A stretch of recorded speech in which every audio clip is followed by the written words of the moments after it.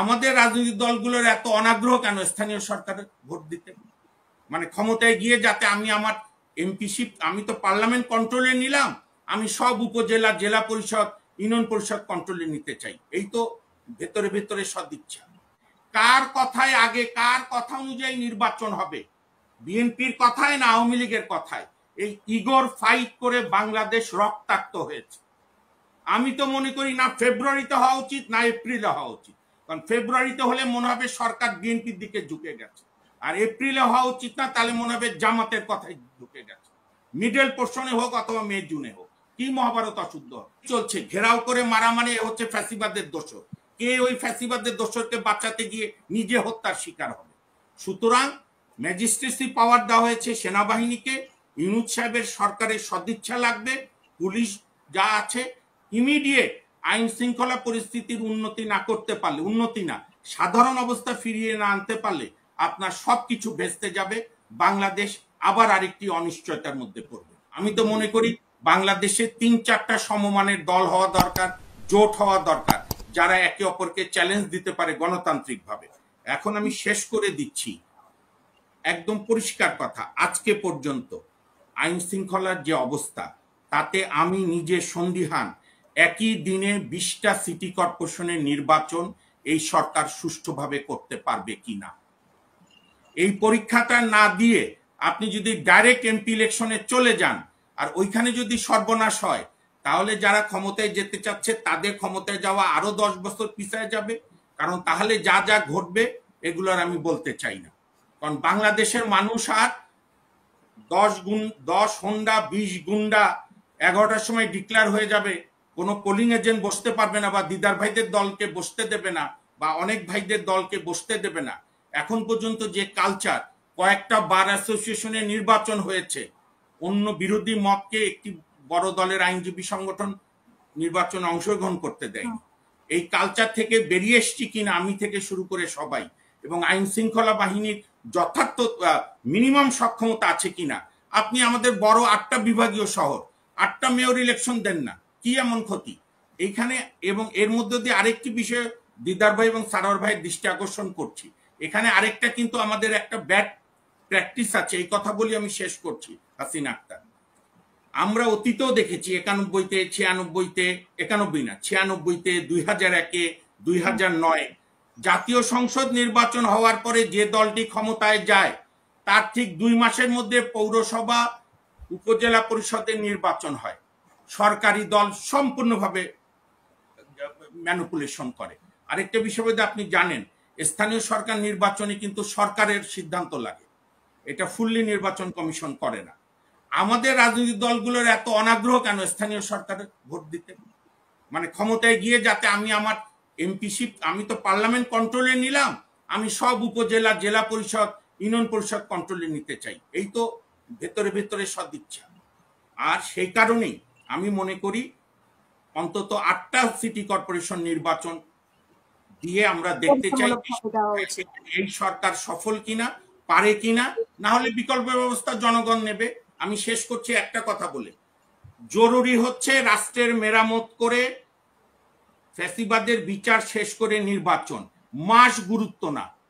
এবং আমরা অতীতে সেই 96 সাল থেকে আজ অবধি দেখেছি কার কথায় আগে, কার কথা অনুযায়ী নির্বাচন হবে, বিএনপির কথায় না আওয়ামী লীগের কথায়।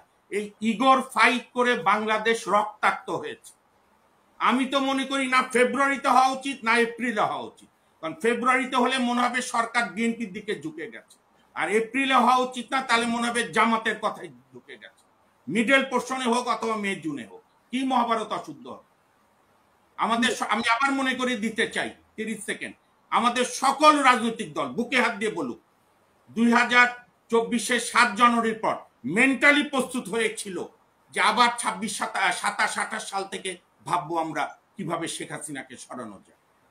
তো সুতরাং ক্ষমতায় যাওয়ার জন্য যেন মানুষ না মনে করে যে ক্ষমতায় যাওয়ার জন্য দলগুলো পাগলা হয়ে গেছে। আমাদের উত্তরবঙ্গের ভাষায় সংস্কারের যতটুকু দরকার, এবং আমি এই কথা বলে এই উপদেষ্টাদের এখনই সময়, ইউনূস সাহেব ভবিষ্যতে কোনো বাজে পরিস্থিতির মুখোমুখি হওয়ার আগেই বেশ কয়েকটি গুরুত্বপূর্ণ মন্ত্রণালয় উপদেষ্টা বদল করে, অনেক যোগ্য লোক বাংলাদেশে আছে, আমি আপনাকে একটা ছোট্ট উদাহরণ দিয়ে আমি শেষ করছি। বেগম খালেদা জিয়াকে মানুষ কেন এত ভালোবাসে? শুধু আন্দোলনের জন্য না। 2002-এ যে ক্লিন হার্ট, আপনি জানেন, ক্লিন হার্ট অপারেশনে পরের দিন আমানুল্লাহ আমান সাহেবের গাড়ি সাভার ক্যান্টনমেন্টে আটকে দিয়েছিল আর্মিরা। তার এক বিতর্কিত 2 লোক ছিল, গাড়িতে নামিয়ে নিয়েছে। বেগম জিয়া তার মন্ত্রীদেরকে বলেনি আমি ক্লিন হার্ট করছি।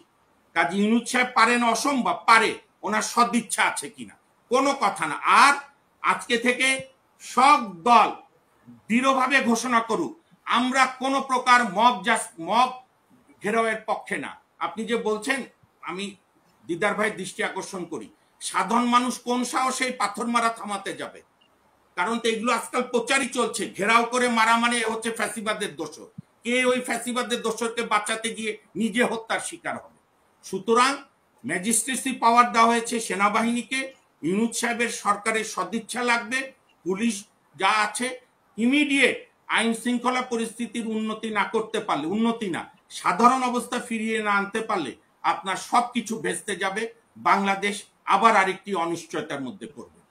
গত কিছুদিন ধরেই আইন শৃঙ্খলার সাংঘাতিক অবনতি, এবং আজকে আফগানিস্তান স্টাইলে বা সিরিয়ার জঙ্গিদের মতো চাঁদার জন্য পাথর মেরে যে হত্যা এবং হত্যার পরে লাশের উপর শেষ না মাহবুব ভাই, তাকে মানে উলঙ্গ করে পাথর মারা বলছি। হ্যাঁ ওইটাই বলছি, মানে ওই দৃশ্য দেখা যায় না। হ্যাঁ, আমি সেটাই, সেজন্য আমি সুনির্দিষ্ট প্রস্তাব দিতে চাই, জনগণের কথা শোনেন, না হলে করুণ পরিণতি সবার জন্য অপেক্ষা করবে।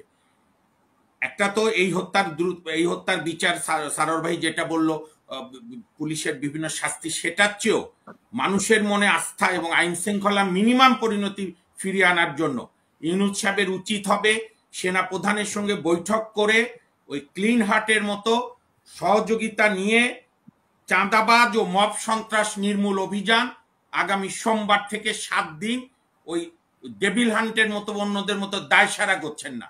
আমরা আমাদের আইন শৃঙ্খলা বাহিনী, বিশেষ করে আমাদের সর্বোচ্চ দেশপ্রেমিক, আমাদের অখণ্ডতার প্রতীক, যে কোনো বিশ্বে নন্দিত, সারা বিশ্বের শান্তির জন্য সেই সেনাবাহিনীকে আমরা নীরব দর্শকের ভূমিকায় আর দেখতে চাই না। আমি প্রস্তাব দেব আগামী সোমবার বা মঙ্গলবার থেকে 5 দিন, এবং আমি বিশ্বাস রাখি 5 দিন যদি আর্মি, পুলিশ, বিজিবি, র্যাব এবং অন্যান্যদের সহায়তায় রাজনৈতিক দলগুলো অকুণ্ঠ সমর্থন দেয়, এই চাঁদাবাজ এবং মব সন্ত্রাসের বিরুদ্ধে যদি একটা 7 দিনেরও এক্সক্লুসিভ ইন্টেন্সিভ অভিযান চালায়, তাহলে হয়তো যারা নির্বাচন করে কাঁদছে তাদের জন্য উপকার হবে, দেশে আইন শৃঙ্খলা পরিস্থিতি স্বাভাবিকভাবে ফিরবে। আর এই ঘটনাটাকেও যদি শুধু উপদেষ্টারা লিপ সার্ভিস দিয়ে শেষ করে, তাহলে আরো দুঃসময় সামনে অপেক্ষা করছে। ধন্যবাদ।